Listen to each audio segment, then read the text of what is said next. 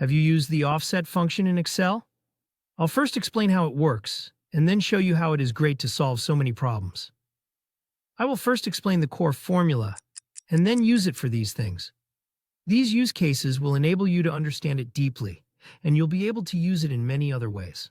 Let's get started.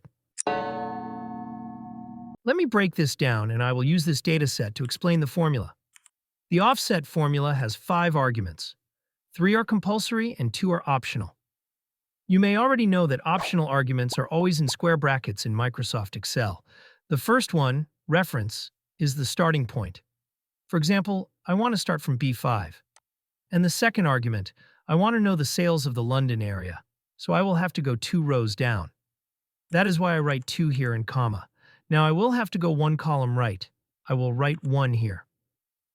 Let's leave the other options for now, and these are the sales of London. We can go up and left as well, but we shall have to use negative values for that. For example, I want to know who is our salesperson in New Delhi. I will have to go 3 rows up and 1 column left. Let's change the values, and that's it. We got Ramesh.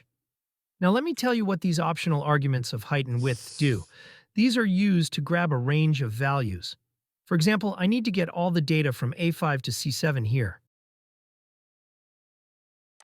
Is equal to OFF, press tab.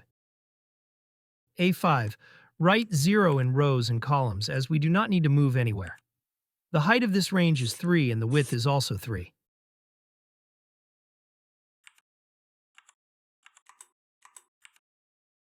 There we have it.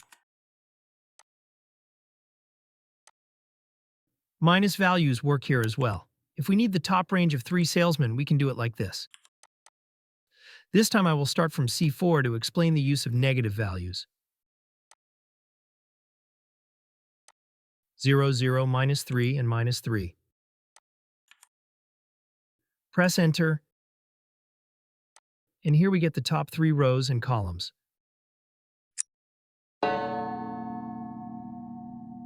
Next, let's see how we can do magic with this offset function. Imagine you're tracking daily sales, and you keep adding new rows. The sum formula is not suitable here. Let me add a sum formula.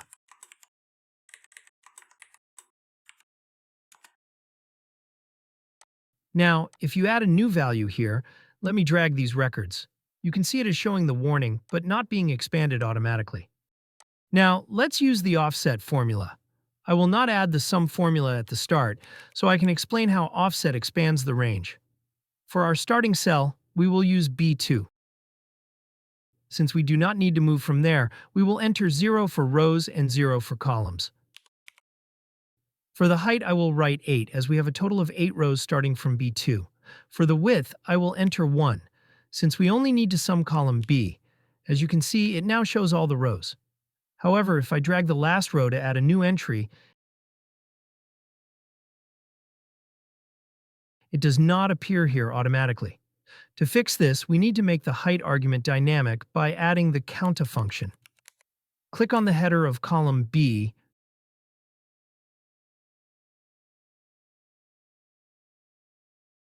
close the bracket, and then type -1. I am deducting 1 because counta also counts the heading, and we do not want to include that in our range. Press Enter, and now when I add new records, these are automatically added here. One last step, let's add the sum formula with starting and closing brackets. And that's it. Offset makes the sum formula dynamic. Our next use case for the offset function is incredibly useful for dashboards, specifically for calculating a rolling 3-month average. In a dashboard, you often need to show a quarterly average that updates automatically as new data is added. A rolling average means that as you move from one month to the next, the window shifts, for example, moving from January-March to February-April. Let's build this using a combination of the average, offset, and counta functions. I will start with is equal to average, open bracket, offset. Our starting point is cell B2, which is January sales. I'll press F4 to fix this reference. For the rows argument, we need to jump down to the start of the latest 3-month period. Since this position changes as we add data, we use counta, open bracket, click the column B header, close bracket, -4. This calculation ensures we always land on the correct starting row for our rolling window. Let me explain why we subtract 4 here. The counta function is counting all 8 rows, but we only need to move 4 rows down to reach May's data. We don't need to move any columns, so I'll enter 0. For the height, we want exactly 3 months, so I'll enter 3. Finally, for the width, I'll enter 1. When I press enter, we get our average. Let me accept this correction as I forgot to enter the last bracket. Here it is.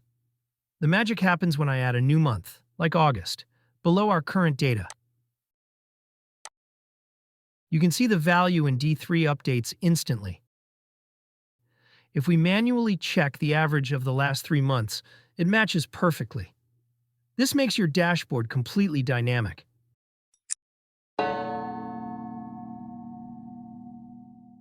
Our next use case is creating a dynamic data validation list. This is incredibly useful when you have a drop-down menu where new data is frequently added, like this list of cities. Instead of manually updating the drop-down range every time, we can use offset to make it update automatically. Here is how you do it. First, we need to create a named range. Go to the Formulas tab and click on Define Name. Let's name this City List.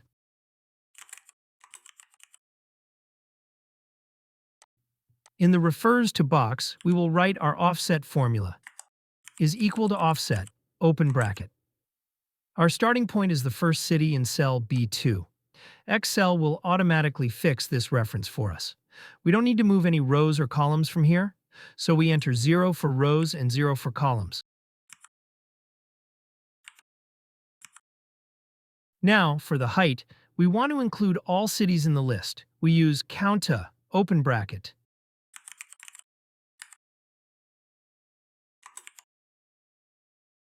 Click the column B header, close bracket, -1, I am subtracting 1 because I don't want to include the city header in my dropdown.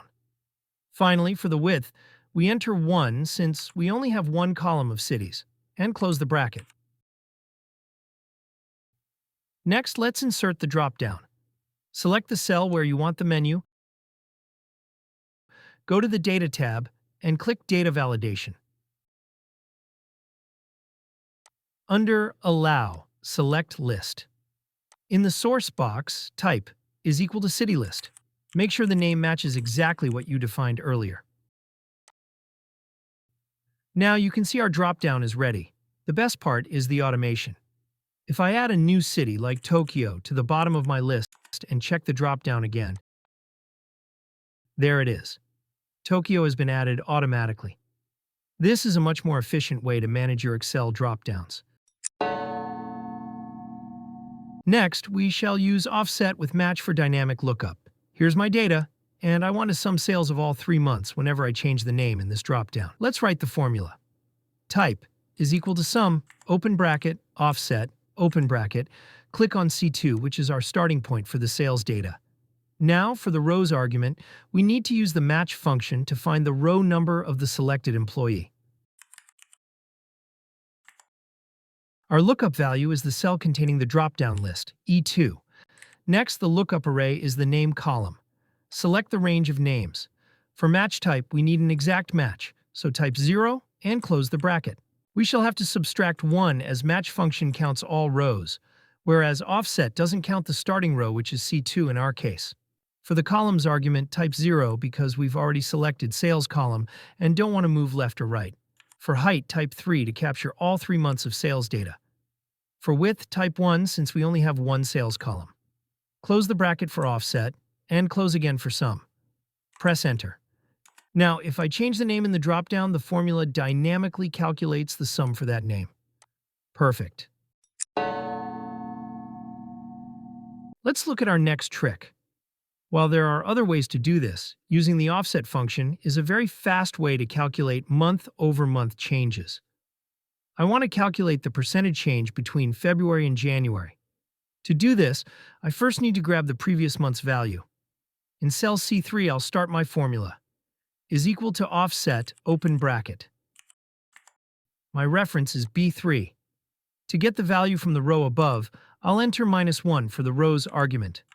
Since I'm staying in the same column, I'll enter 0 for columns, and close the bracket. As you can see, it correctly pulls the January value of 100. Now, to calculate the actual month-over-month growth, I'll adjust the formula. I need to subtract the previous month's value from the current month, and then divide it by the previous month's value.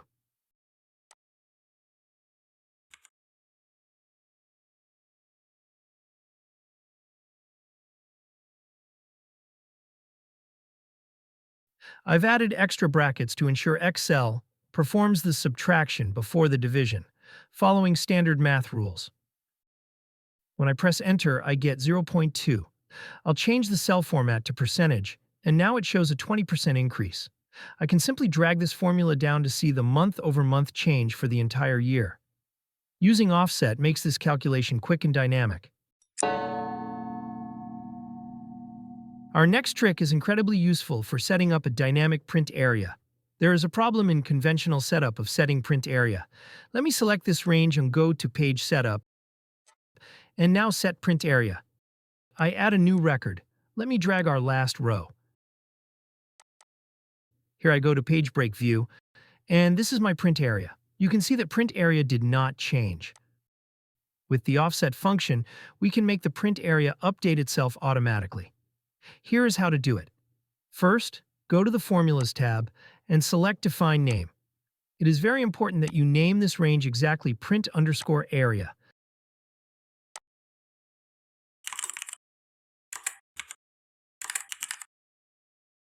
This is a special name that Excel recognizes specifically for printing. In the Refers to box, we will enter our formula. Is equal to offset, open bracket. Click on cell A1 as your starting point. We don't need to move any rows or columns, so enter 0 for rows and 0 for columns. Now, for the height, we want to count all active rows. So we use counta, open bracket, click the column A header, close bracket. For the width, we want to count all active columns, so the print area expands sideways too. We use counta, open bracket, click the row 1 header, close bracket, close the final bracket, and click OK. Now, let's test it. If I go to the View tab and select Page Break Preview, you can see the current print area. If I add a new row of data at the bottom, the print area expands instantly to include it. Even better, if I add a new column to the right, the print area expands horizontally as well. Our next use case is creating a conditional dynamic range. We will combine the SUMIF function with offset so that our calculations update automatically as new data is added. In this example, I have a table with categories and amounts. I want to sum the amounts only where the category is sales. By using offset, we ensure that as the table grows, the SUMIF formula always looks at the entire updated range. Let's build the formula. Is equal to SUMIF, open bracket first. For the range argument, we'll use offset. Our starting point is cell A2. We don't need to move any rows or columns, so enter 0 for both. For the height, we use counta on column A and subtract 1 to exclude the header. For the width, enter 1. This creates a dynamic list for our categories. Let's close the bracket of offset, comma, and for criteria argument of SUMIF formula, type sales. Finally, for the sum range, we'll use offset again.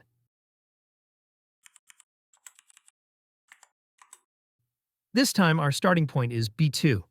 Again, enter 0 for rows and columns. For the height, use counta on column B and subtract 1. For the width, enter 1. Close the brackets for both offset and SUMIF. When I press Enter, we get our total. The real benefit shows when we add a new row. If I add another sales entry at the bottom, the result updates instantly because the offset function expanded the range for us. You can use this logic to make almost any Excel formula auto-expanding and dynamic. Our final use case is data sampling. Sometimes you need to extract every nth value from a list, for example, every third row, for auditing or reporting purposes. The offset function, combined with the row function, makes this incredibly easy. Let's see how it works. I want to extract every third value from column A, starting from cell A2. I'll start the formula in cell C2, is equal to offset, open bracket. My reference is A2, and I'll press F4 to lock it. Now, for the rows argument, we need a calculation that jumps by 3 each time we drag the formula down. We use row, open bracket, close bracket, minus 2, multiplied by 3. Let me enclose it in brackets so that the subtraction process is done before multiplication. Here's the logic. The row function returns the current row number. In row 2, this becomes 2 minus 2, which is 0. 0 times 3 is 0, so offset stays on the first value, 10. When we drag this down to the next row, the calculation becomes 3 minus 2, which is 1. 1 times 3 is 3. So offset moves down 3 steps to the next sample. For the column's argument, enter 0 and close the bracket. As I drag the formula down, you can see it perfectly extracts 10, 25, 40, and 55. If I use conditional formatting to highlight every third row in the original list, you can see the values match exactly. You can easily change the multiplier to 2 or 5 to sample any interval you need. This is a powerful way to handle large datasets quickly. And there you have it. 9 powerful ways to use Excel's offset function, which gives you the flexibility to build truly intelligent spreadsheets. Download the practice file from the link in the description, and I'll see you in the next video. If you found this helpful, hit that like button and subscribe for more Excel tips. Drop a comment below with which use case you'll try first. Happy excelling!